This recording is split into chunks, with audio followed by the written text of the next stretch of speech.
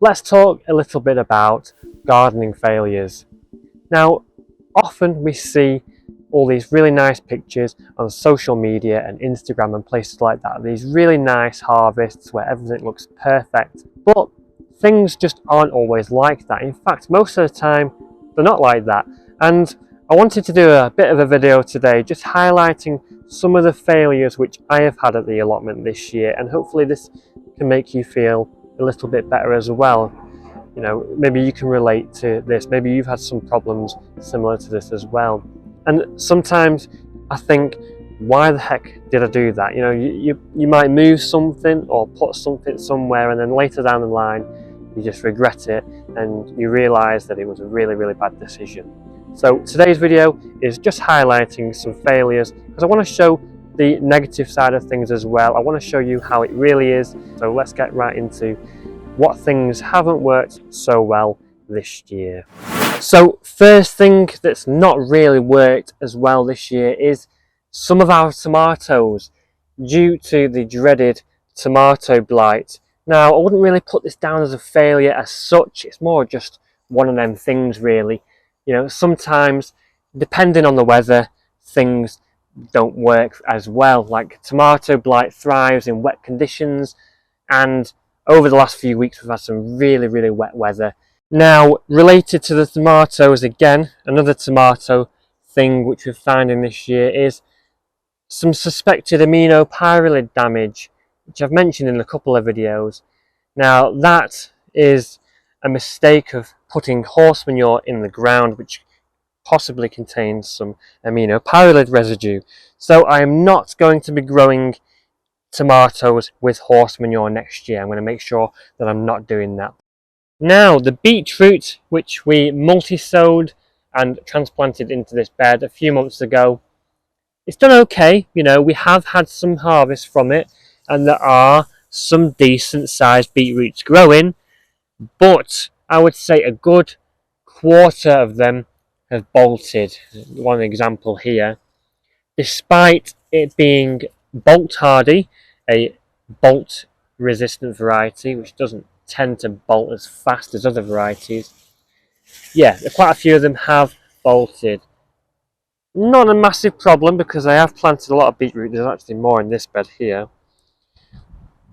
But the reason why I think this is because these were multi-sown in module trays in the greenhouse, and a couple of occasions I did not water them, or I missed watering them, and they did dry out a little bit, some of them. So I think those that dried out and wilted were stressed, and it is those plants that have bolted. So I think that's what that is anyway. So next year I'm going to have to be more careful, and I'm going to have to keep an eye on my watering. And if you've watched some of my earlier videos, around May, June time, we did have a lot of hot, dry weather where it wasn't raining for weeks and weeks on end. So I think that's another factor which has affected the growth of these beetroots as well. And excuse the rather messy and unorganised corner, there's a lot going on over here. I need to actually tidy over here and de-weed this area.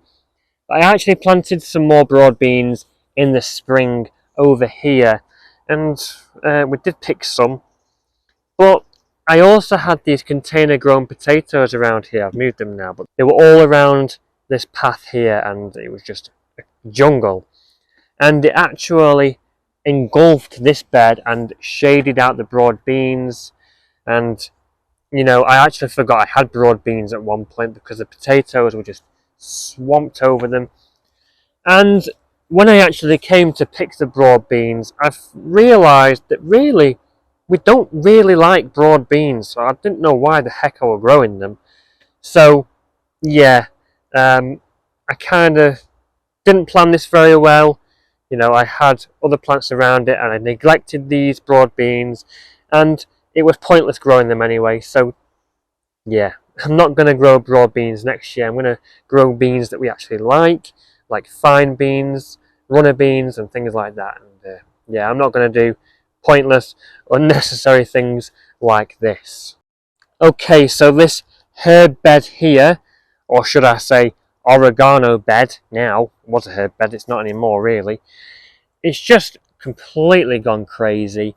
Now, oregano is a very prolific and very vigorous herb, and yeah, it's kind of just taken over this bed. The chive takes up the other half of the bed, and yeah, what could I have done differently here? I probably could have grown the chives in a pot and the oregano in a pot instead, and that way they would have been much, they wouldn't have taken over this bed. And I could have grown smaller herbs in this bed, like I could have grown some annual parsley, coriander, basil, dill. I could have put some rosemary in here, I suppose, and kept it trimmed back. There's other things I could have put in here, and obviously chives and oregano are very, very vigorous growing crops. So I don't know why I've really done that, to be honest. But at least we've put the mint in these containers. I mean, that would have been really silly.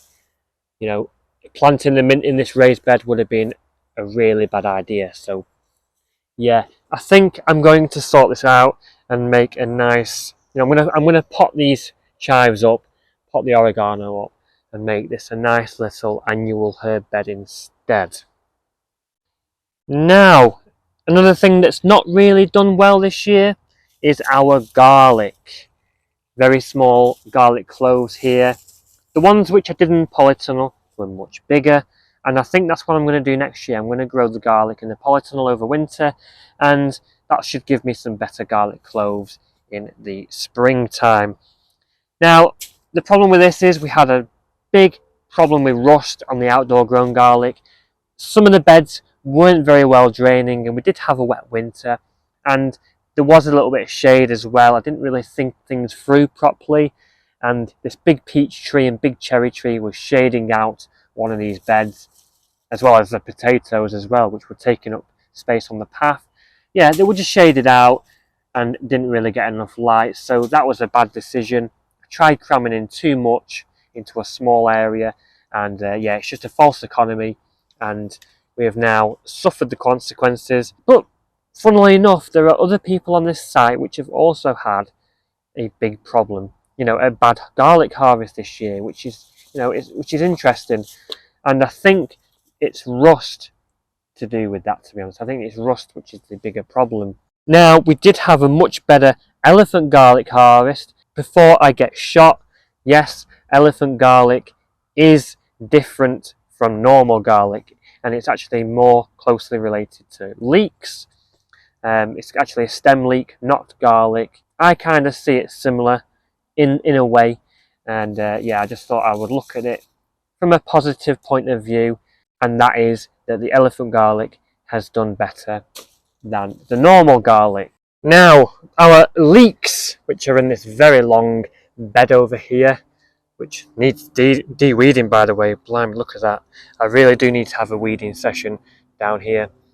Now, yeah, a lot of them, like the beetroot, have bolted, which is a real bummer actually, and it's very gutting because we really like leeks. Yeah, oh god, there's even rust there. Look at that, there's rust on that. Yeah, it's about as glamorous as a dump truck, to be honest. It's not very nice at all.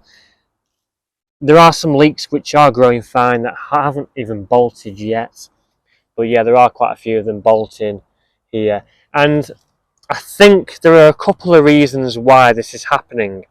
The first reason, I sowed these just after Christmas. Oh no, it was just about Christmas time. I think it was actually Boxing Day.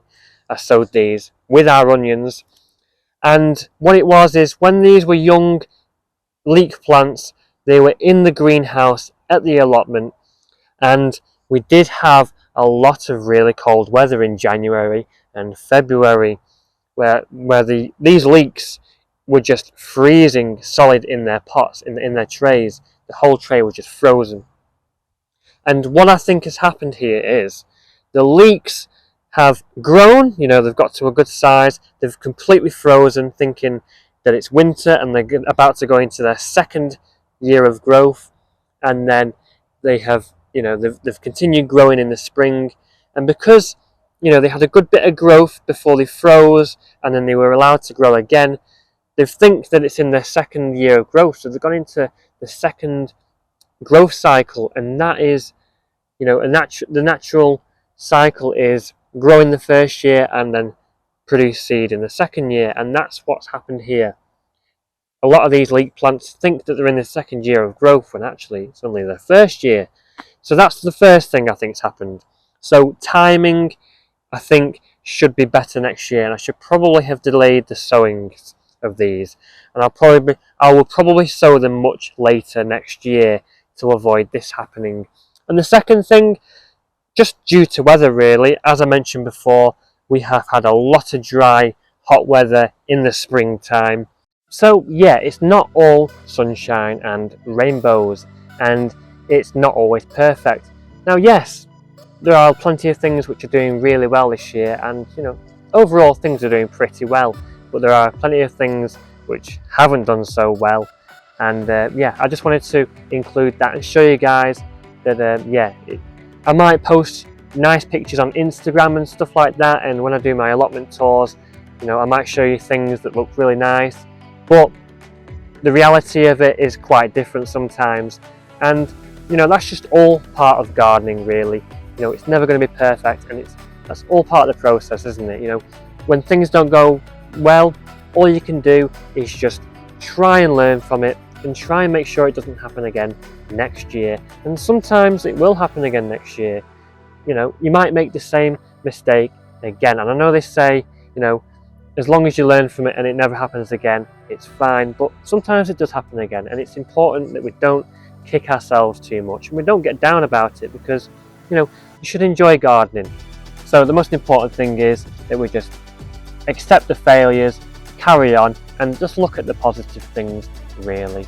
And that is how I deal with my failures at the allotment. I just think, well, it's okay, it doesn't matter. You know, look at the things that are going well, concentrate on them. But I just wanted to show you all guys the reality of it, and yeah, hopefully this made you feel better if you've also had problems this year, and hopefully, you know, maybe you can relate to this as well. Remember, stay safe, happy gardening, and enjoy it no matter the weather, even when it's raining like it has been here.